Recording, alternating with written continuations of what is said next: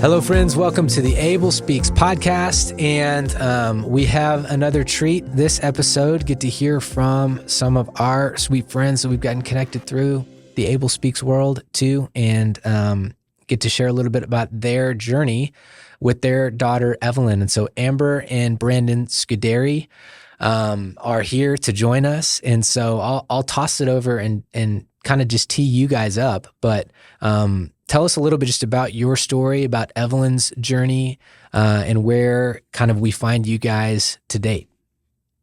Yeah. So our journey with Evalyn really started.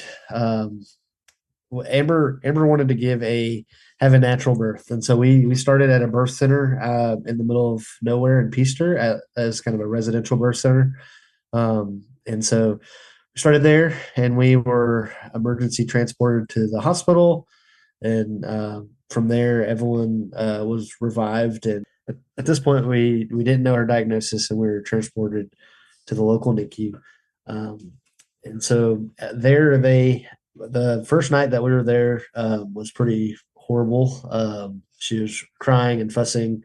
They were trying to get NG tube, which is a feeding tube down her throat, and they couldn't get it, and so they just kept sticking this tube down her throat and down her nose, trying to get it over and over and over again.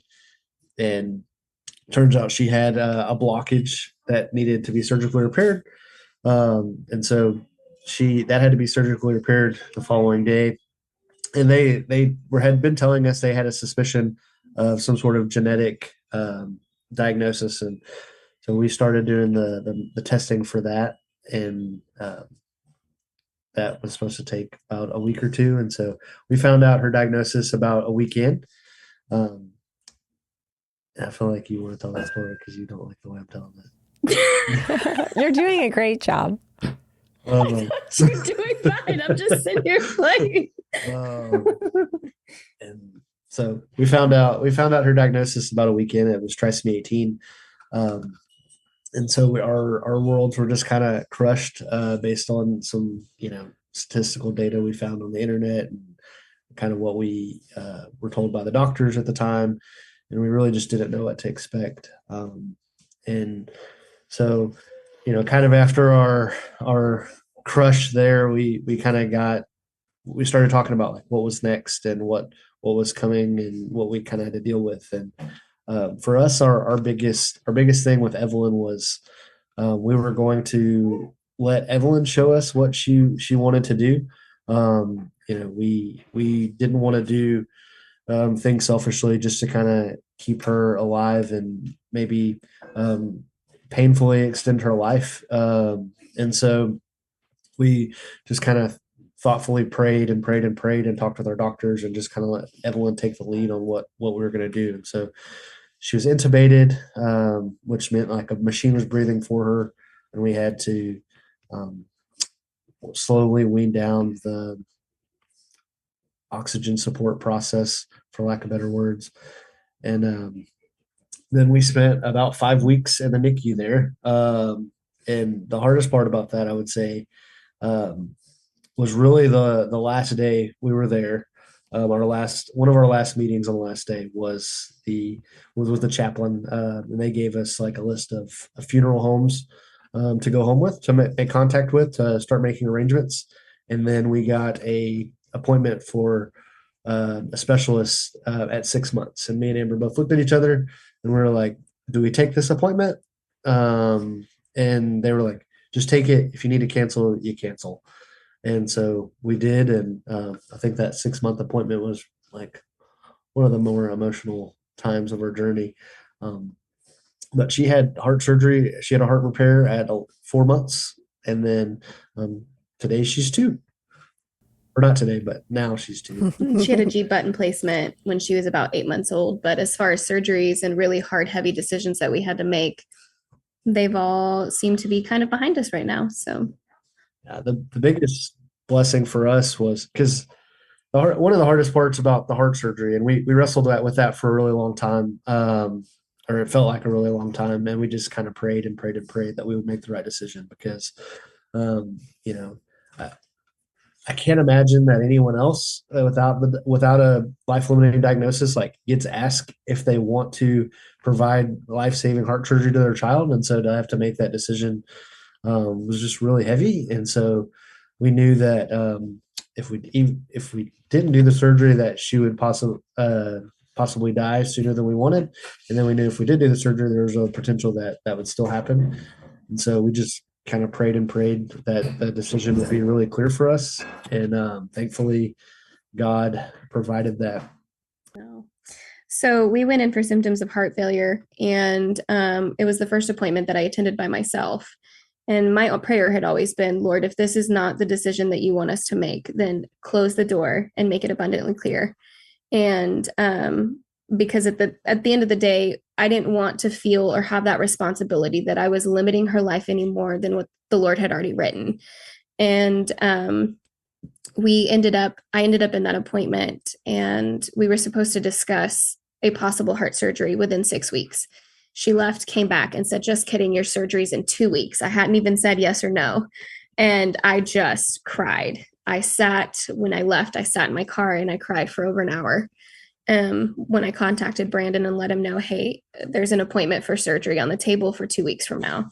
And I just cried, because I think there's nothing more terrifying than having to make a decision for your child, but knowing that you have to trust God, that even if your flesh doesn't want to do this thing to your child, and I didn't, I will be the first to admit that I had a hard time with that decision. And it wasn't that I didn't love my daughter. I didn't want to see her suffer any more than she had already suffered. And so I cried, and I said, okay, Lord, this is what we're doing. Clearly you have answered the prayer. You have made it abundantly clear that this is the path that we need to take. And it happened locally, which is very uncommon. And so we did it, and she got it done at 4 months, and we just celebrated her second birthday. So I love that. What was the heart condition that she needed repair for? She had a VSD and then multiple ASDs, which is just a large hole in her heart and then multiple smaller holes in her heart. Yeah, she had a VSD, and a large VSD, a moderate VSD, a small ASD, and then she still has residual VSDs in the muscle of her heart they're VSDs that are inoperable, because if they go in and surgically repair those, it compromises the entire structure of her heart. She's got a couple wonky valves, but they just patched up her little holes. So as that kind of paints the high level picture of the initial, discovery of Evalyn's diagnosis, the next steps as far as an extended NICU stay, followed by really challenging decisions, to the point now where we fast forward and we're a couple of years down the road. There's hundreds of things I know that you could say in response to this, but of the first couple that just come to mind, what have been some of the things that you guys have been learning through your daughter's story and through her life and through the lens of a caregiving parent as you take care of her on a daily basis? I actually really like this question, because anytime that I've met a family, I kind of remind them that you are literally getting a front row seat of Jesus at work. No matter how terrifying, no matter how short or how long you have with your child, you are getting to walk with the Lord, and you get to see him work. Because then you learn to celebrate the little moments. You get to learn to celebrate that first hug. You get to learn to celebrate and see your child for who they are, versus like, oh yeah, I have another baby, I get to take them home now. Like, you don't this time, if that's the case. Or she's really taught us to be intentional with our time. She's taught us that the days and the hours are very, very precious. Like, any decision we've made for her now, we've invited God into that space, but we've also known that if she gets called, she gets called. And so every moment that we've had with her is just joyous. And we learn to stop and smell the roses. And we learn to be creative in getting her experiences that we want her to experience before she is called home. Yeah. I think you guys have done a really great job too of like inviting other people to experience that story too, whether that's in a social media capacity or whatever, just the blessing and the gift that her life is and y'all's journey as her parents, getting to not just experience those things personally, but also share them with the world in some different ways. I think too, we've something been beneficiaries of even ourselves. And I think something that I've been really encouraged as we've gotten, to watch you guys walk out this journey with her is I think that you don't make decisions in fear. And I'm sure it would be easy to, but I think that as you're talking about, we want, these are the experiences we want for her, and we do our best to give her those opportunities. I think it would probably be easy to be scared, to take her places sometimes, or allow her to experience things that also might, she might be experiencing other things that could be not great, whether that's sickness or being, in an environment that's not her norm or whatnot. And so, or just harder, to prepare to be able to take her and do other things outside of your home. And so it's been an encouragement, I think, to us just to get to watch you guys surrender the fear and do it anyway, and I think it's been really sweet to get to follow along and be an observer of that. Nuggies Adventures. Really challenging thing to kind of manage. Yeah. Is the fear aspect. I mean, early on it was, we had reserved seating at church, and we were next to a plug so that we could plug her in, and nobody was to touch her.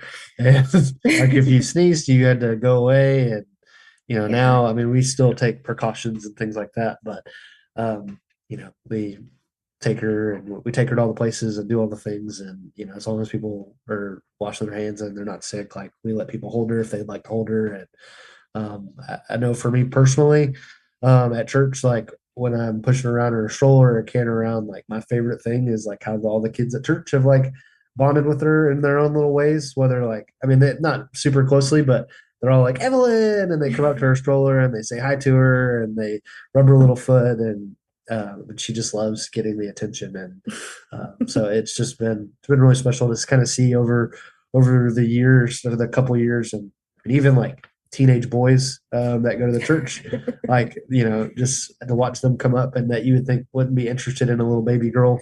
They're like, Evalyn, oh, she's so cute today. Her outfit's so adorable. That's amazing. Yeah, I remember at our retreat, the one you guys were at, I think it was in Austin, that there was, I remember we did like a final like big group photo, and there was like all right, everybody get set. And then it's like, everybody set? All right, cool. And it's like, all right, here comes Evalyn. Here comes the Scuderis. Ready, set, go. And it was like, great, we're going to unplug her thing. We're going to run down. There's the spot right there that's cleared, that's reserved for them. They slide in there. Boom, boom, boom, boom, boom. We snap the pictures. And upstairs and plug her back in. Yeah, plug her back in. And so, that's right. To speak to what y'all were saying too, just about, hey, we still try and, live life to the full, for lack of a better term, in these different opportunities. There's some that don't make sense, and we have to kind of grieve that of, the logistics don't add up.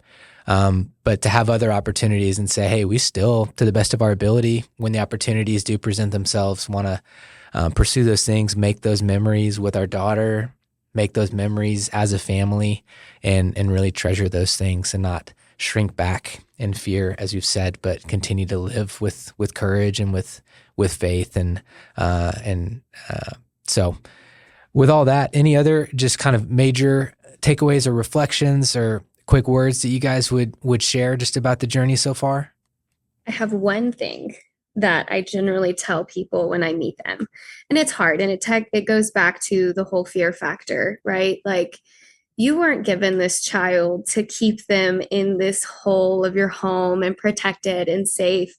You're robbing yourself the opportunity of getting to share the gospel and getting to let people see God at work in such a beautiful child who is literally completely dependent on the Lord to exist.